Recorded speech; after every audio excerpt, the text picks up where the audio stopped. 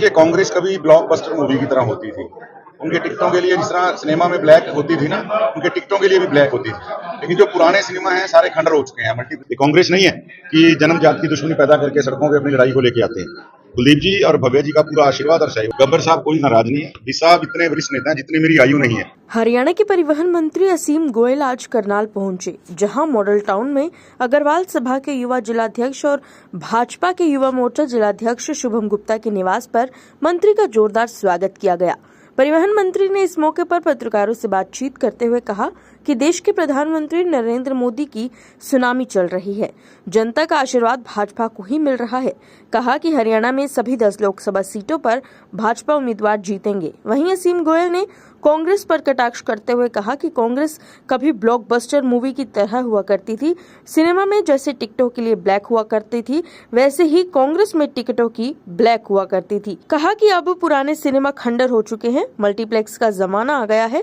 कांग्रेस की मूवी डिब्बा बंद हो चुकी है और लोगों को न उनके किरदार पसंद आ रहे हैं और न ही उनकी कहानी।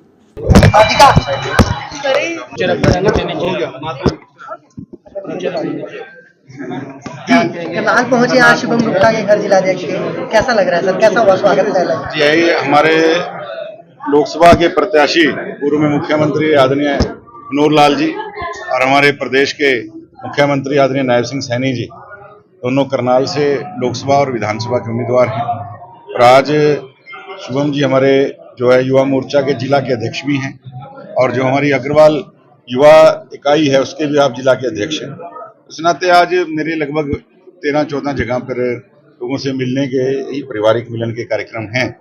मैंने चुनावों को लेकर माननीय मोदी जी, माननीय मनोहर जी, माननीय नायब जी की नीतियों से सबको अवगत कराना, भारतीय जनता पार्टी की नीतियों से अवगत कराना, वोट की अपील करना और एक पारिवारिक मिलन के आज जो है कार्यक्रम रखे। कांग्रेस द्वारा कब उम्मीदवारों की घोषणा नहीं की, इस तरह देखिए, कांग्रेस कभी ब्लॉकबस्टर मूवी की तरह होती थी। उनके टिकटों के लिए जिस तरह सिनेमा में ब्लैक होती थी ना, उनके टिकटों के लिए भी ब्लैक होती थी। लेकिन जो पुराने सिनेमा हैं सारे खंडर हो चुके हैं। मल्टीप्लेक्स का जमाना है और अब जिस तरह कांग्रेस की जो मूवी है डिब्बा बंद हो चुकी है। ना इनके किरदारों के ऊपर, ना इनकी कहानी के ऊपर। 60 साल तक देश ने वही कहानी देखी। दादी ने नारा दिया था गरीबी हटाओ, पोता अभी तक उसको दोहरा रहा है कि गरीबी हटाओ, कांग्रेस लाओ। तो लोगों ने कांग्रेस को ही हटा दिया। और जहां तक टिकटों की बात है, मेरा मानना है जो हुड्डा साहब फाइनल करते हैं वो शैलजा जी को मंजूर नहीं है, जो शैलजा जी फाइनल करती है सुरजेवाला साहब को मंजूर नहीं है। उनसे फाइनल होती है तो किरण चौधरी जी और उदयभान जी बैठे हैं। और जो राहुल जी इसको पसंद करते हैं उनको प्रियंका जी पसंद नहीं करती। जिनको प्रियंका जी पसंद करते हैं सोनिया जी, और खड़गे साहब तो राष्ट्रीय अध्यक्ष के नाते हैं ही हैं। तो इनकी टिकट लेने वाला कोई नहीं है। आपस में इनके अंदर जो टिकट लेने के लिए तैयार हैं, इनमें आपस में इतना जुकम बेजार है, पब्लिक सब जानती है। कांग्रेस इस मैं कहना चाहता हूं लड़ाई के अंदर ना केवल मैदानी लड़ाई हार चुकी है, मानसिक लड़ाई भी हार चुकी है। उम्मीदवार जब घोषित होंगे तो आंधी ला देंगे। हाँ जी, दीपेंद्र हुड्डा कह रहे हैं जब कांग्रेस के उम्मीदवार घोषित होंगे तो प्रदेश में आंधी ला देंगे। देखिए, दीपेंद्र जी बड़े सीनियर नेता हैं। आंधी अगर वो कहते हैं आनी है तो आनी भी चाहिए, कोई दिक्कत नहीं है। आंधी लाने से रोक कौन रहा है? लेकिन आंधी पब्लिक लाती है साहब।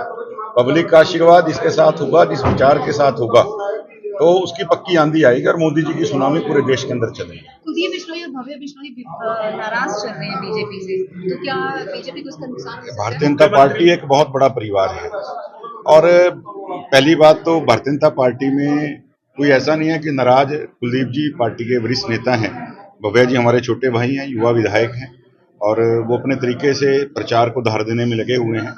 और भारतीय जनता पार्टी में कभी कोई नाराजगी जैसी बात नहीं होती। भारतीय जनता पार्टी परिवार है, बैठ के मसले हल हो जाते हैं।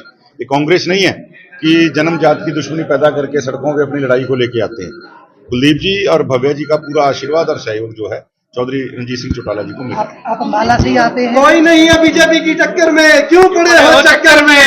अम्बाला से ही आते हैं और गब्बर साहब नाराज हैं, उनसे आपकी देखो, मैंने जैसा कहा, गब्बर साहब कोई नाराज नहीं है। बी साहब इतने वरिष्ठ नेता हैं जितनी मेरी आयु नहीं है। बी साहब का उतना राजनीति में तजर्बा है और इस बात को कोई नकार नहीं सकता, ना मैं नकार सकता हूं, ना प्रदेश का कोई और नेता। और लगातार बी साहब से मिलना जुलना, अभी पीछे माननीय मनोहर लाल जी भी 4 दिन पहले एक बैठक करके आए, मैं भी उस बैठक में था। आदरणीय अनिल विज जी भी थे, नायब सैनी जी हमारे सीएम साहब उनके घर होके आए हैं, मनोहर लाल जी उनके घर होली वाले दिन होके आए हैं।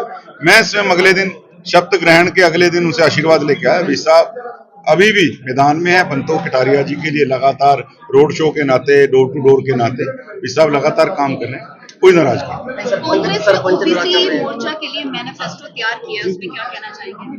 देखिए, हर पार्टी है अपना मैनिफेस्टो तैयार करते हैं, अपनी नीतियां हमने क्या लेकर जाना है जनता के बीच में तो बताना ही पड़ता है। मैनिफेस्टो उन्होंने तैयार किया है, लेकिन उनकी बात के ऊपर कितना जनता विश्वास करती है। जैसा वो 60 साल से मैंने कहा कि एक ही कहानी सुना रहे हैं, आज मोदी जी की कही हुई हर बात के ऊपर पब्लिक विश्वास करती है, मोदी की गारंटी के नाते। सरपंच नाराज है गांव में, कह रहे हैं कि अगर जाओगे तो आप विरोध करेंगे भाजपा ये ऐसा कुछ नहीं है, किसान भी हमारे साथी हैं, भाई हैं।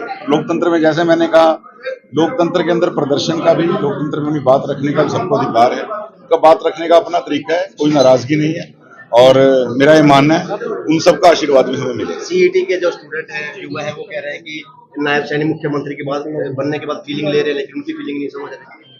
बिल्कुल ऐसा कुछ नहीं है। जितना दौड़ धूप आदरणीय नायब जी जब से मुख्यमंत्री बने और जितना साधारण व्यक्तित्व, जितना सौम्य व्यक्तित्व, और मैं कहना चाहता हूं जितना लोगों से कनेक्ट होने वाला व्यक्तित्व हमारे मुख्यमंत्री जी का है, हरियाणा के इतिहास में आज तक ऐसा मुख्यमंत्री आया नहीं। और ये बिल्कुल सरल सौम्य जनता के बीच में रहने वाला, उनको तो जब तक लोगों से अंतिम आदमी से भी मिलना नहीं सीएम हाउस में, चाहे रात के 2 बजे हूँ, बिस्तर पे नहीं जाते। तो उन सीईटी के बच्चों की भी बात